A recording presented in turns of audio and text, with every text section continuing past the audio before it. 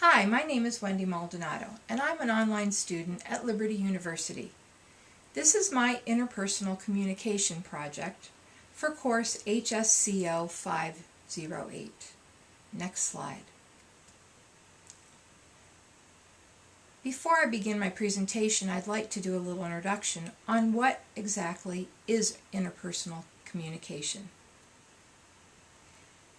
According to Stewart, interpersonal communication consists of two parts: talking, which he refers to as exhaling, and listening, or inhaling.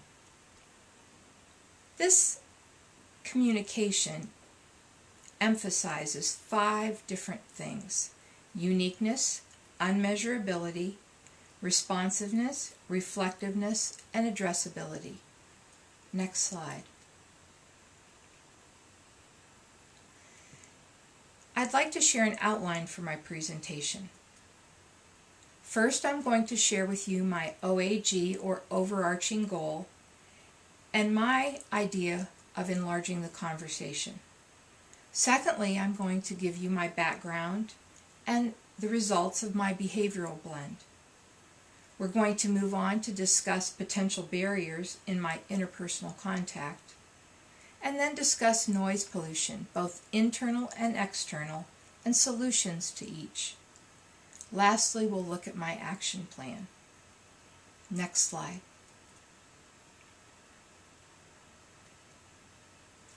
The overarching goal that I've chosen as a result of what I've learned in this class is this. My overarching goal, or OAG, is to learn how to be a more consistently empathetic listener. Based on my overarching goal, I will work toward listening at a level 1, which is an empathetic listener. I will try and be more sensitive to the talker in the conversation. Proverbs 18:13 says, "To answer before listening, that is folly and shame."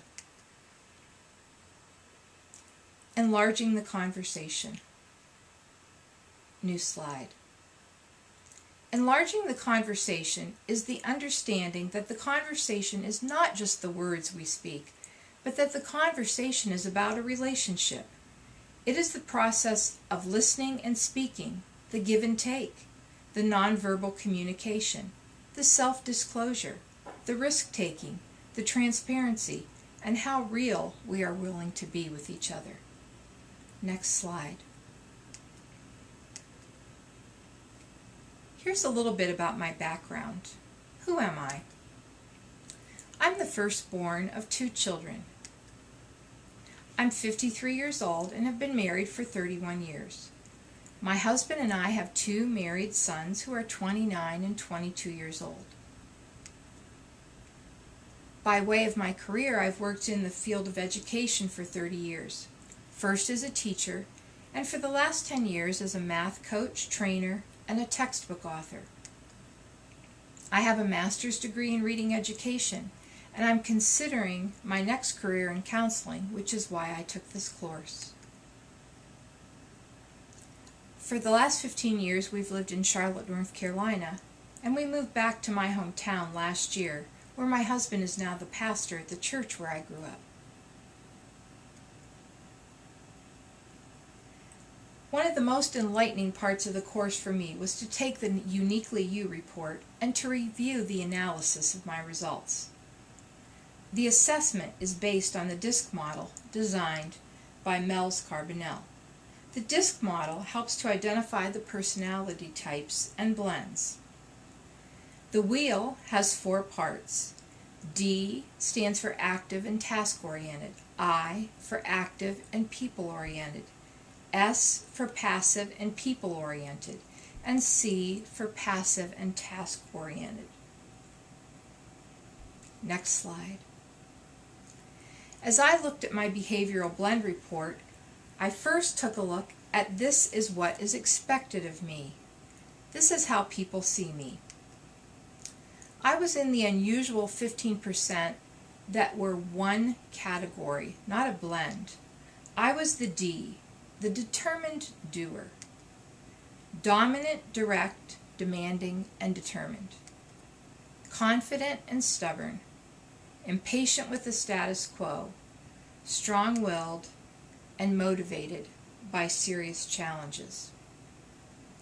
However, there are cautions that come with the determined doer. Don't be so intense. Don't overuse your power. Don't be so serious. And be kind and nice. And lastly, be cautious about conveying superiority.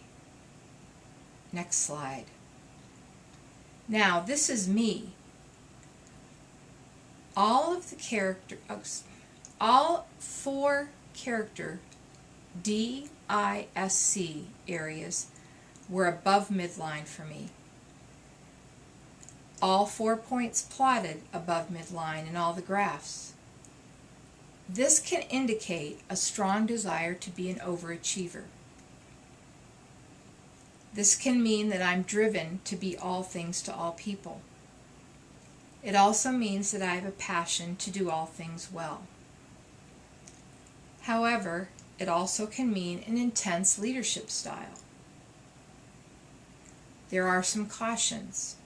Again, don't be so intense. Don't overuse the power. Don't be so serious. Be kind and nice, and be cautious about conveying superiority. Next slide. Let's talk about how my background and behavioral blend have positively impacted my conversation. It has helped me be more encouraging, helped me be kind and caring, straightforward, and diplomatic. Next slide. But it has also negatively impacted my conversation. Sometimes I can be forceful, controlling, intolerant, and inflexible. Next slide. I'd like to talk about 3 potential barriers in my interpersonal context. The first is mindful listening. This can be a challenge for me as I often tend to multitask. So what can I do to be a mindful listener? First, I cannot multitask during conversations. I can choose to be present in the moment, and I can practice empathetic listening. Change slide.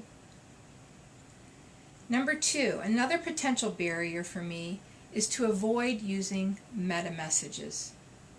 You know those ones I'm talking about, where we say things like, "You didn't save me any pizza?"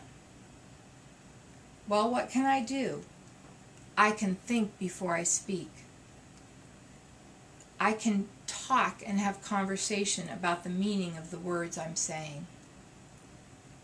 And I can be thinking about how I can eliminate words like nothing, never, and always. The last barrier I'd like to talk to you about is the flat brain syndrome. Peterson speaks about this as a stomach overload, where our emotions overwhelm us. Our heart turns to brick, and our brain goes flat. Then what happens is our mouth doesn't know when to stop talking.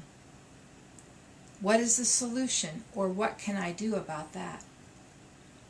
I can try and release emotions in a healthy way. Exercise is one example.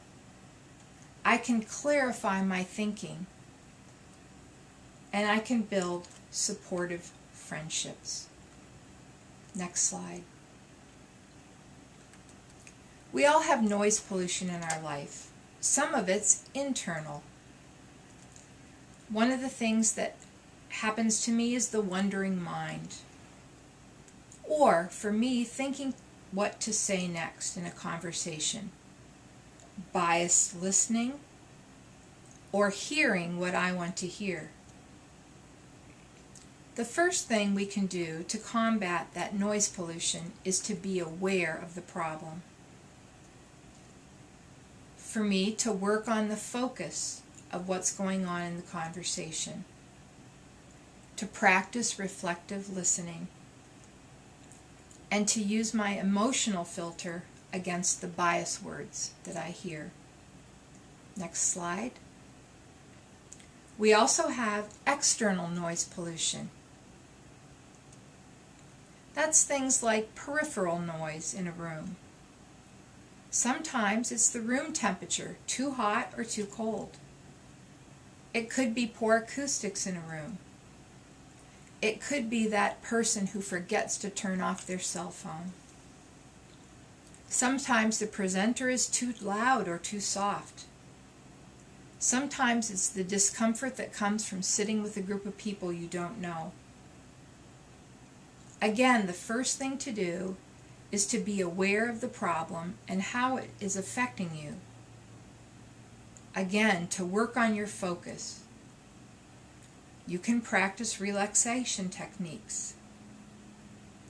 And when things happen, like the room temperature, the cell phone ringing, or if the speaker is too loud or too soft, you can speak up and express your needs.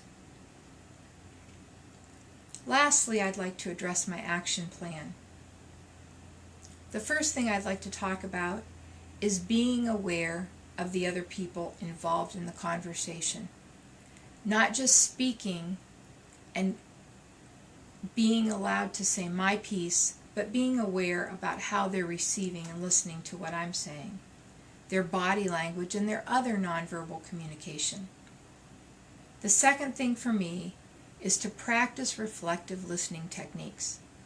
By being a reflective listener, it helps me focus on what is being said by the person talking.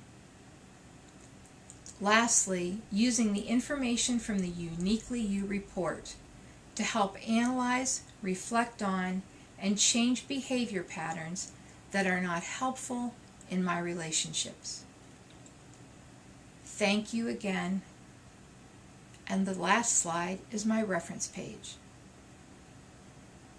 This is the end of my presentation.